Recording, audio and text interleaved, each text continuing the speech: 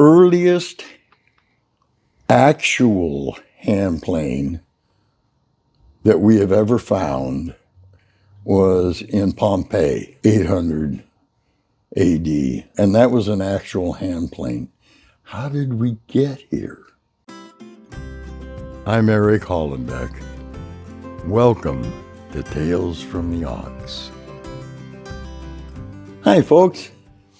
Today, I would like to talk about hand planes.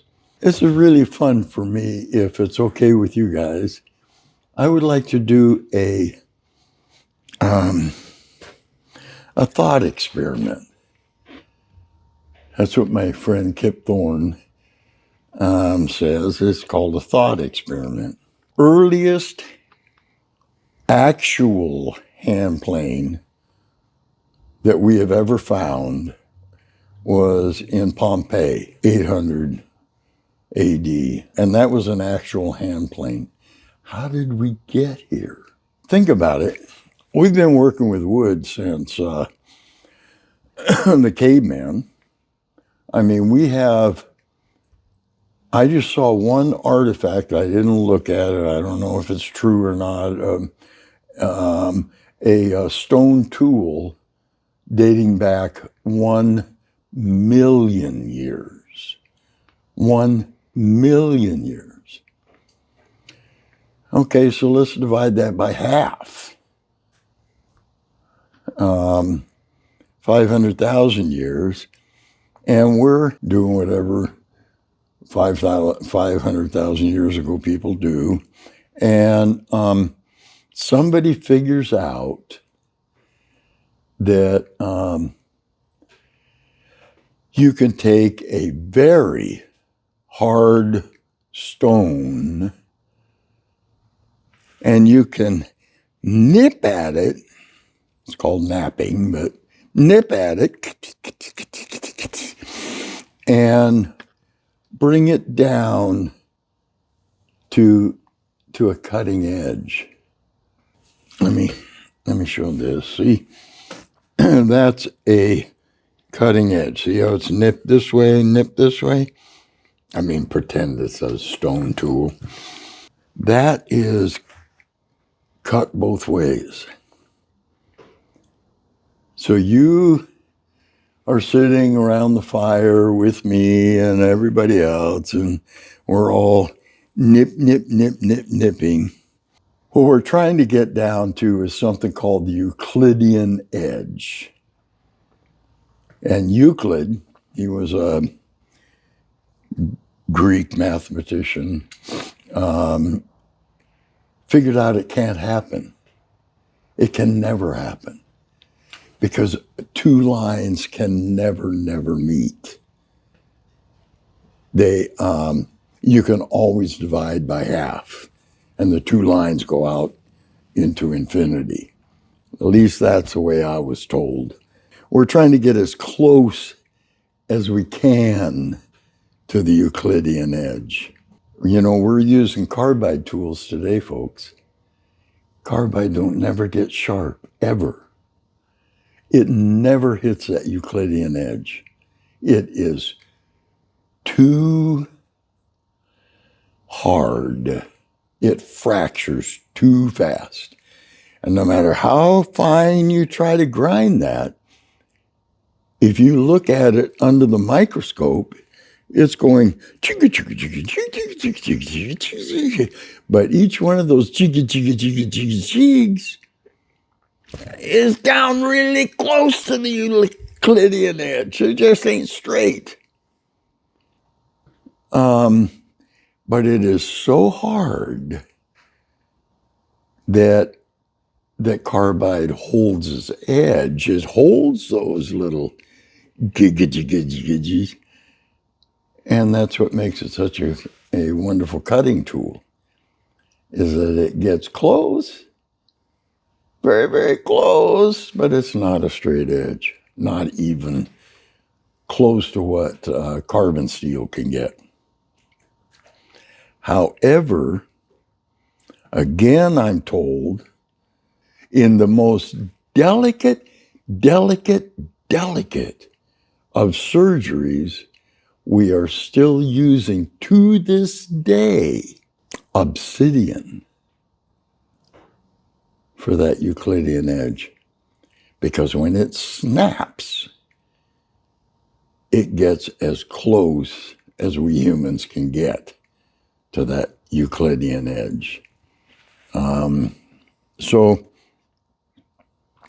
we're out here with obsidian, and we're this whole group sitting around napping,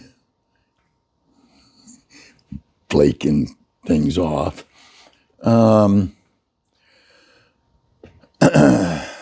we're trying to come down just like the blade I just showed you. And we're doing that for thousands of years. We learned that when you get down to like this, you could cut with it. Even in the palm of your hand, you can cut with it. It'll cut meat. It'll cut. Look at all your knives, folks, in your butcher shops and in your kitchen. They're all that design. How did we get from that to this? Now we're at a thought experiment here. So all of a sudden, out of nowhere, I'm going to walk over here, and all of a sudden, out of nowhere, you're doing this with all of us, and we're all sitting around napping, clinking, and all of a sudden, you push really hard and tunk. Holy crap! The whole piece just fell off. Now you have an edge that looks like that. And now all of a sudden, out of nowhere, you got this weird edge. Remember the axe that I showed you, the hand axe, all of it, arrowheads, everything, like this, and the edges in the middle of it. And all of a sudden, we have an edge that, or actually you do, because you're the one that made it, not me. It's your mistake. That's all sheared off on one side. The other side's flat. It's called the heel. The other side's flat. Oh my goodness, you just ruined all your work, and but then you touch it. Ow! No, I was kidding. Then you touch it and you go, what? Wait a minute, that's sharp. So what do you find? You try it because you're a thinking human being. I don't care how far back it is.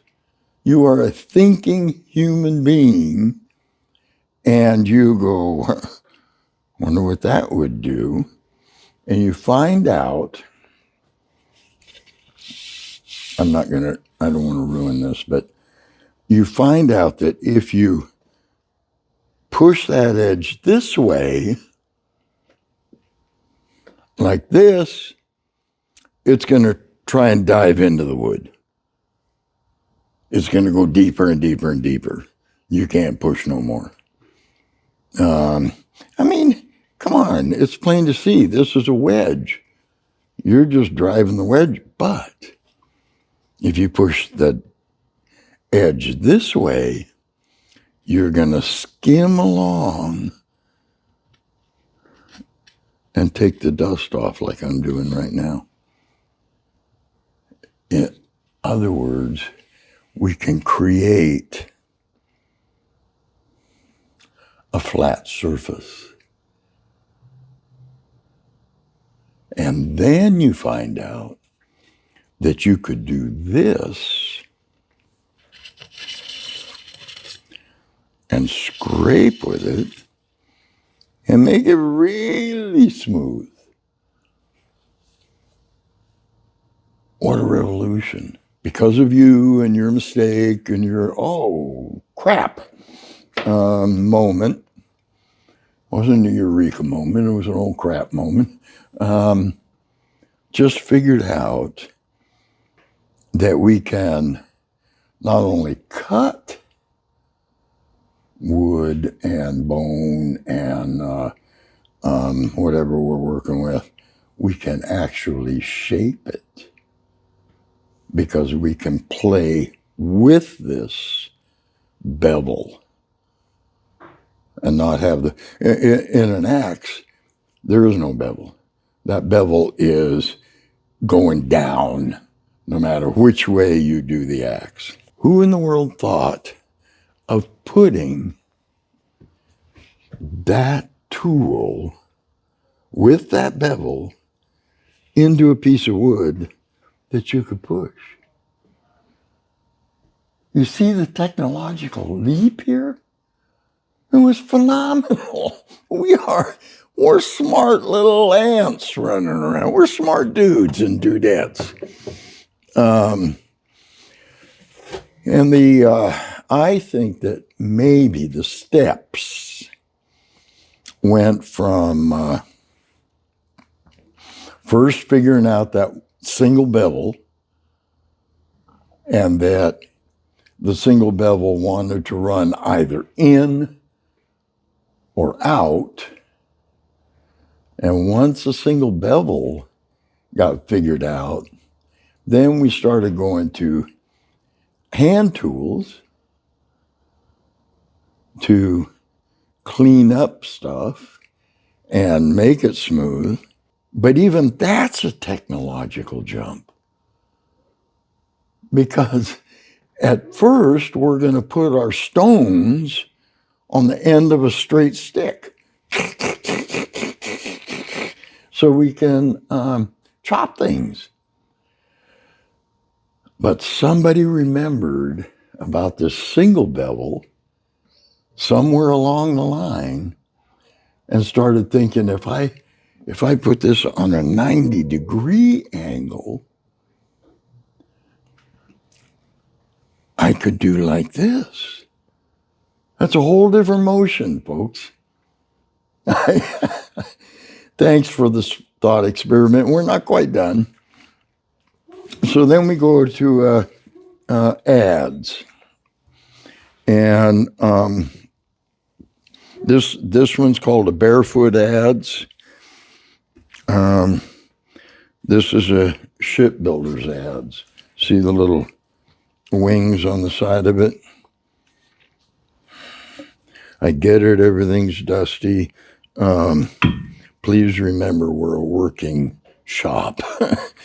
It's called a barefoot adze, but please, that didn't mean you were supposed to have bare feet. No, not with an adze. That meant that it didn't have the wings. You get a good adze craftsman, man or woman, and they can straighten up a beam unbelievably, like it went through a planer. They are way, way, way good. You know, that's what they used on Notre Dame when they redid Notre Dame. Those were all adze timbers in the roof of that building. Every one of them. They did not use big beam planers. God bless them for doing that. They brought in adze people that really knew an adze. So now we have that motion and that we can smooth things without bare feet. We can smooth things. And then we could put that same tool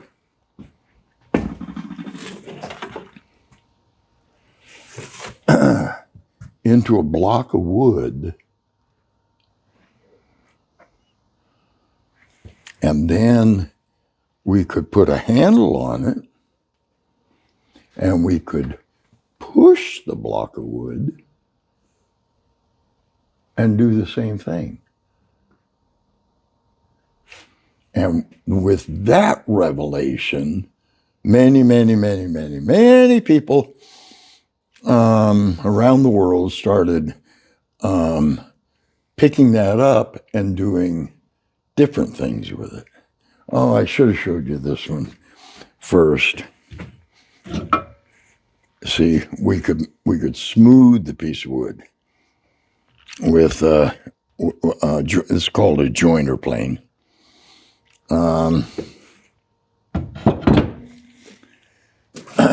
Then we started making patterns.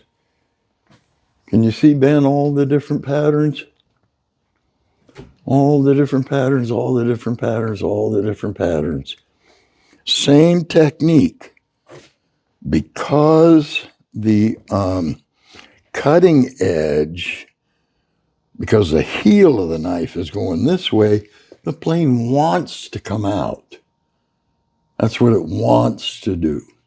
So you can push on the plane, and you're not, if you turn that knife around, the plane's going to dig in instantly, and you can't go anywhere. So we learned that technique. I mean, we figured that out as human beings.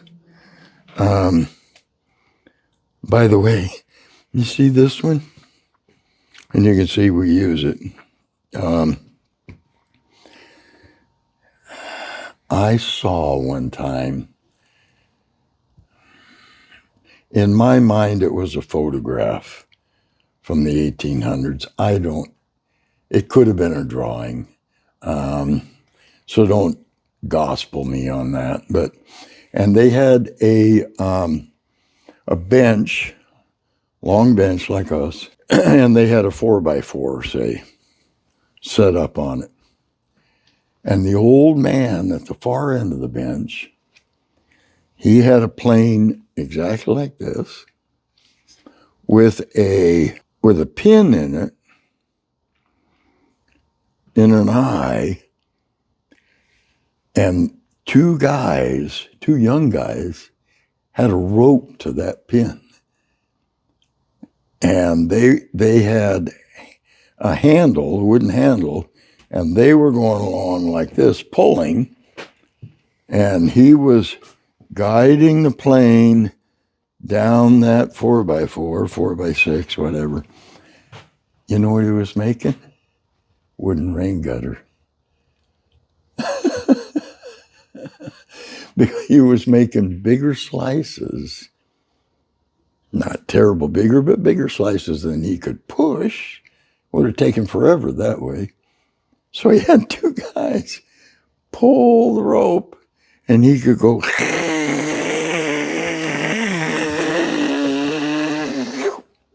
out the other side. Pretty fun. I'm doing this video for a very specific reason, because there's a connection for me to this.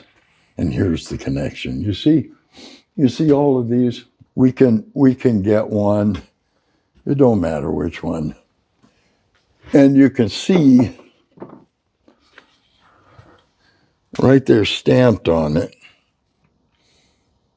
Got it. You see, this was a manufactured knife. A company made this. All of these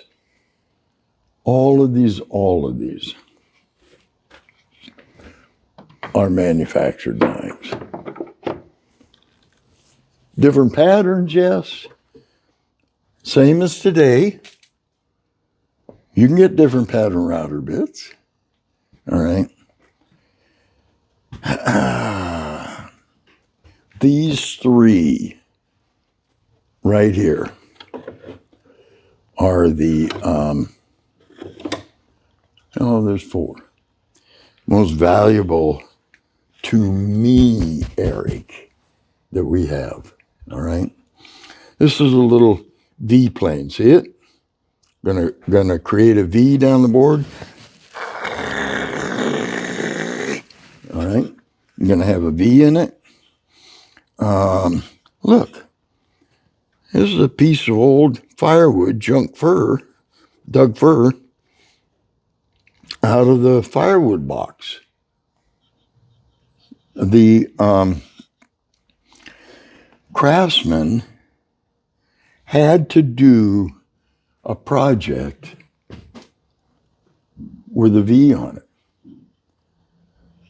And so he pulled this out of the firebox, cut this. That's how you open these up, by the way. Made his jam tool, and look what he made the cutting bit out of. You see it's a file? I could file my fingernails, see? So it was a double purpose tool. No, I'm kidding. He used the tang of the file, and I don't have to tell you why he used a file. He used a file for the high carbon steel. That's what he was looking for. Something that would take an edge.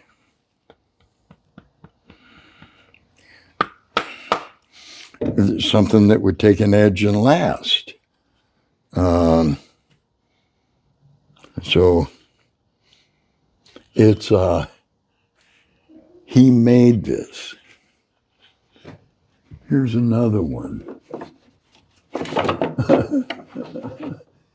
These are too great.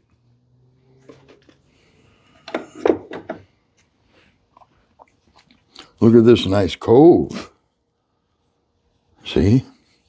Again, piece of firewood, dug fir, out of the scrap box. Wasn't big enough, so he put this shoe on it. Made this nice cove that he could run along the edge and gonna make a cove on something. Wait till you see this, folks.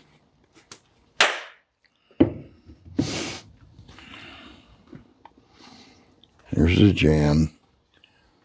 This, my friends, let me see, right on this side. Can you see the little lines on here? He ground them off, but you can surely feel them. And there are little lines on there. This was a power hacksaw blade. He ground the teeth off because it's high carbon steel. So he made a power hacksaw blade and ground it to the shape he wanted to make a pattern that he wanted. By the way, if any of you, because I've done this before, this is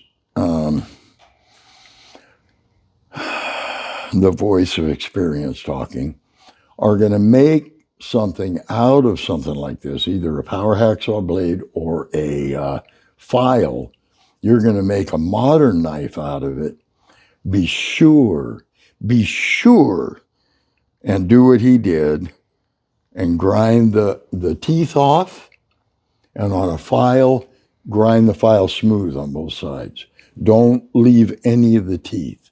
Then you can grind it and use it. If you leave any trace of the teeth or these teeth, you're going to get a shunt crack. It's weak right at that point, and you're going to get a shunt crack. So that's just me telling you what to do. That's terrible.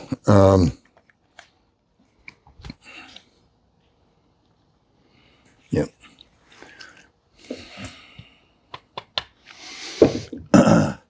And this last one,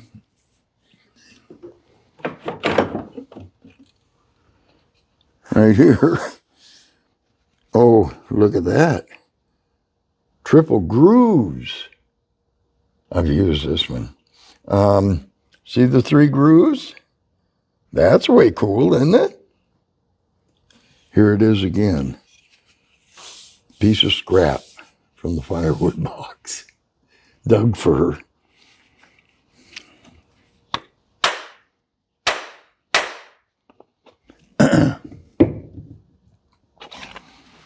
And again, he used a file. See, I can file my fingernails.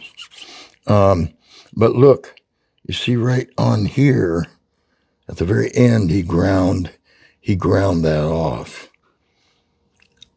He ground the file marks off, so he didn't get shunt cracks. And then he ground that pattern on it, and then made this beautiful piece of firewood,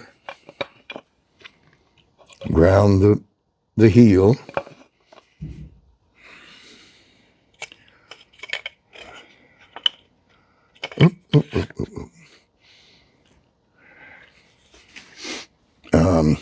and made his own file.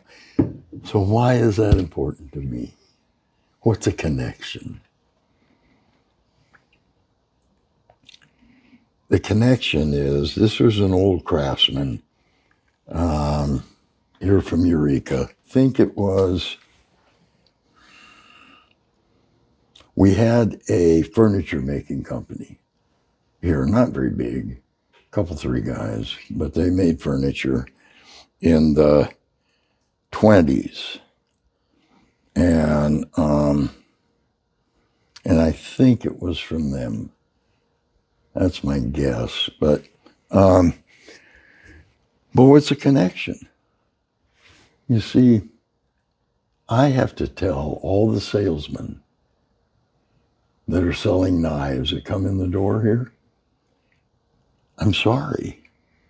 If you have it for sale, I don't need it. Because that means other shops have got it. And people are going to go to those other shops. You don't show up here at Blue Ox until nobody else can do it. That's when you show up here. So we grind all of our own knives to match the patterns. And we'll, if any of you are interested, we'll go into a video on knife grinding, and I'll show you how to do it. I have no problem with that, but that's my connection with this little grouping right here. Here I am, 100 years?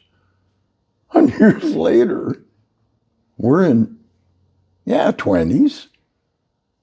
And this was the 20s, doing the exact same thing. I just ain't pulling junk Doug fir out of my firebox to do it.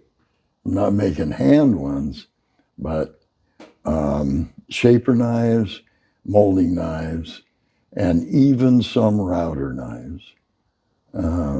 We grind ourselves. So thanks for coming on this little journey with me, this thought experiment. I hope you enjoyed it. It's just the way I work. If you enjoyed this video, please comment below and subscribe, because it helps us, and we can make more of these.